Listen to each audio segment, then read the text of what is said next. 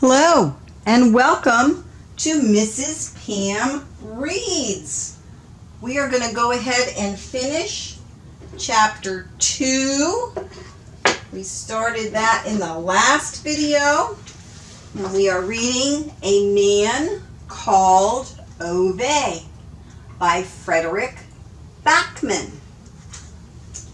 So in Chapter 2, Ove had just completed his neighborhood inspection and gone back inside his house to drink his coffee.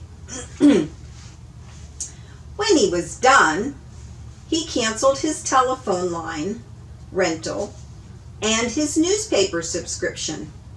He mended the tap in the small bathroom, put new screws into the handle of the door from the kitchen to the veranda, reorganized boxes in the attic, rearranged his tools in the shed, and moved the Saab's winter tires to a new place.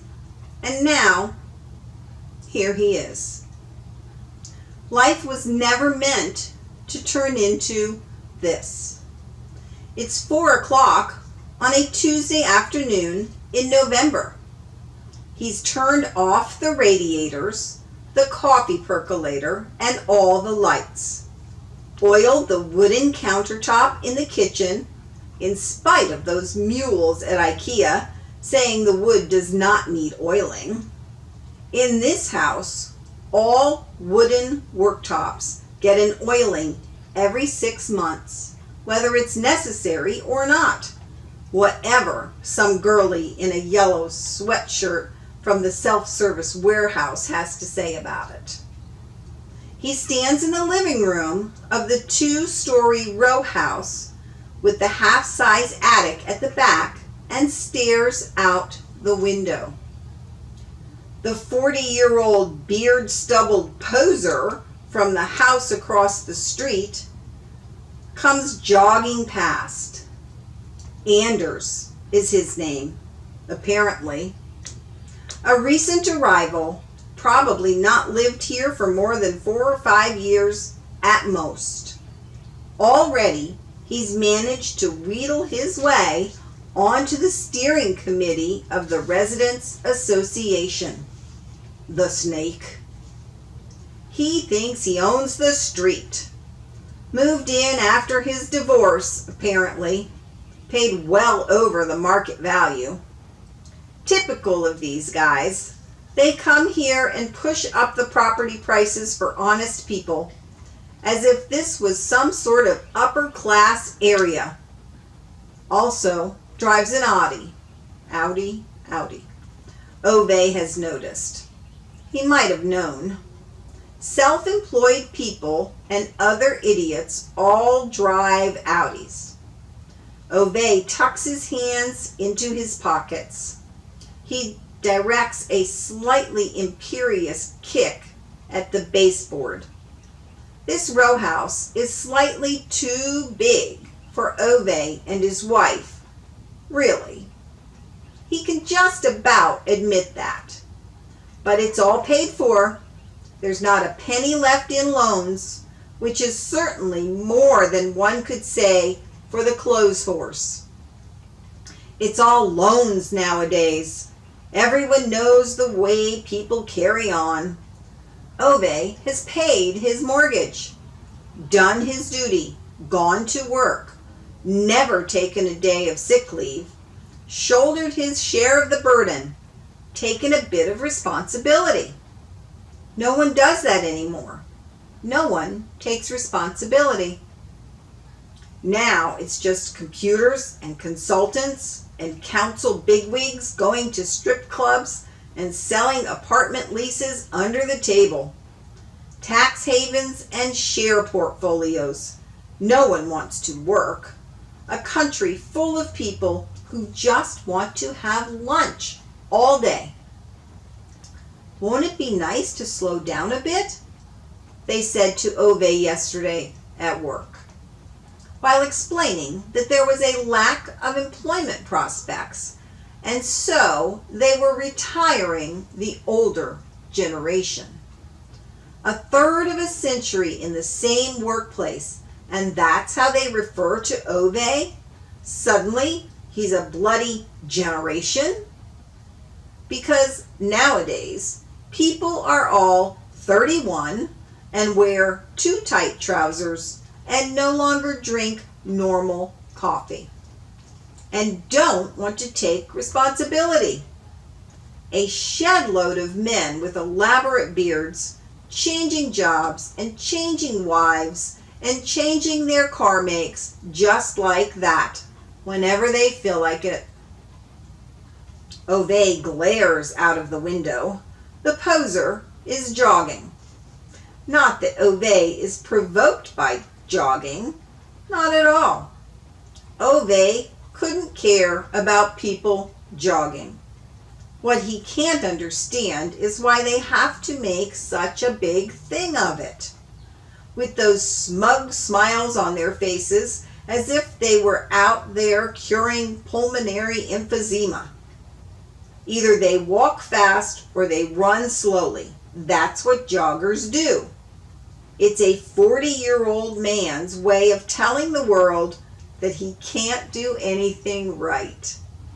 Is it really necessary to dress up as a 14-year-old Romanian gymnast in order to be able to do it? Or the Olympic tobogganing team? Just because one shuffles aimlessly around the block for 3/4 of an hour? And the poser has a girlfriend, 10 years younger.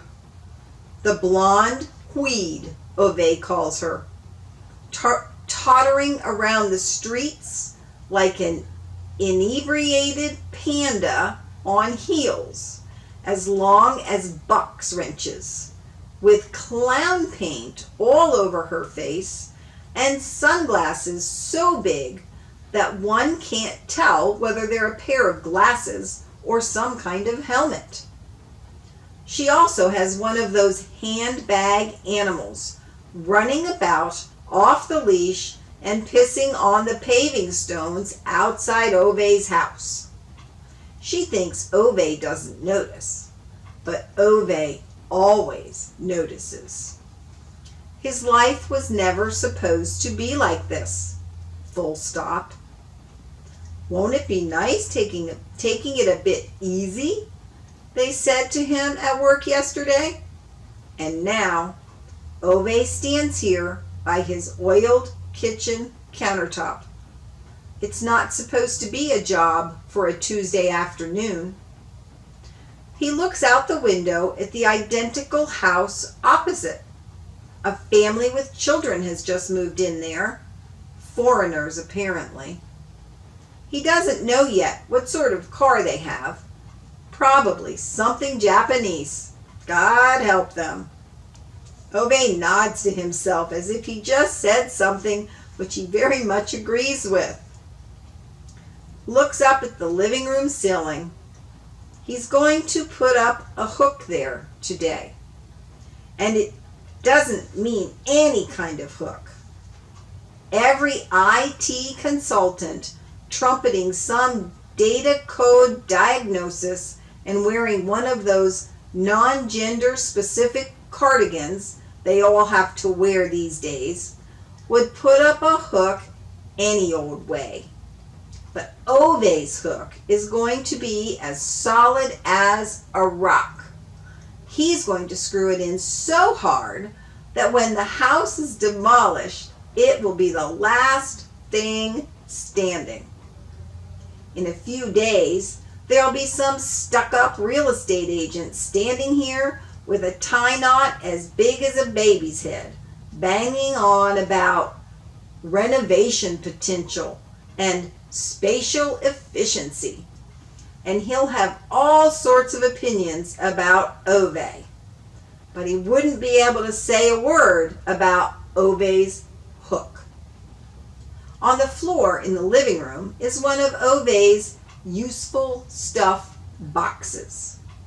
That's how they divide up the house.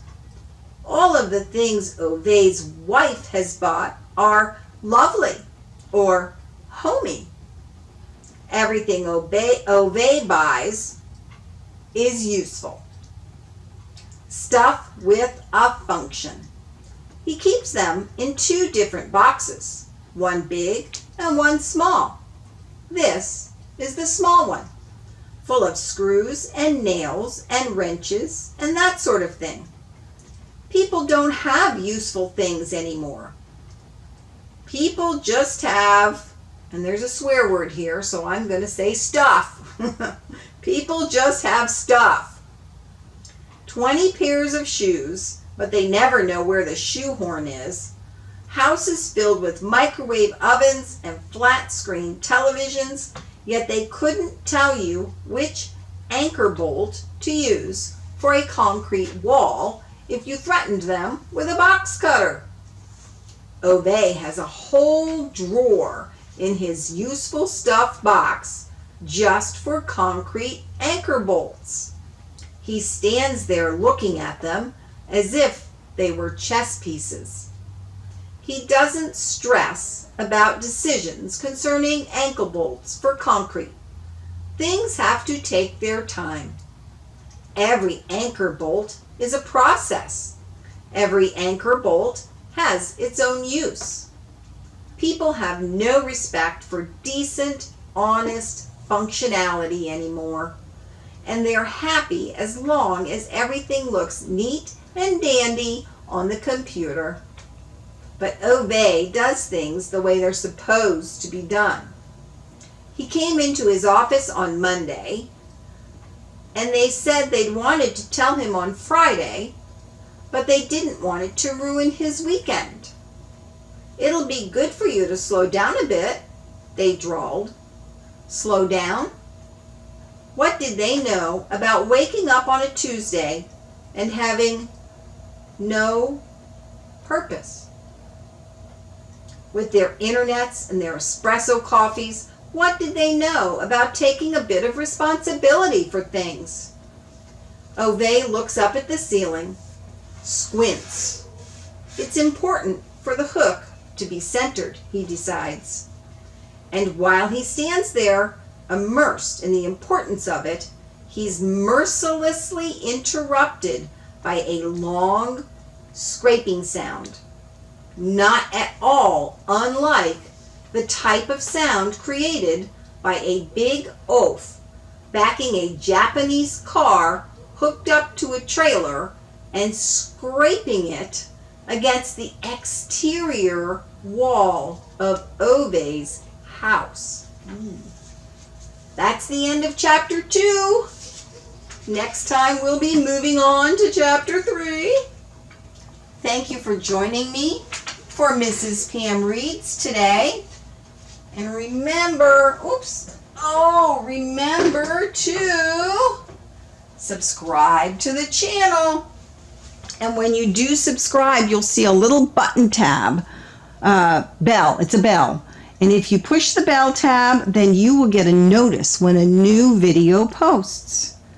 Thanks, guys. Have a great day, and I will see you next time.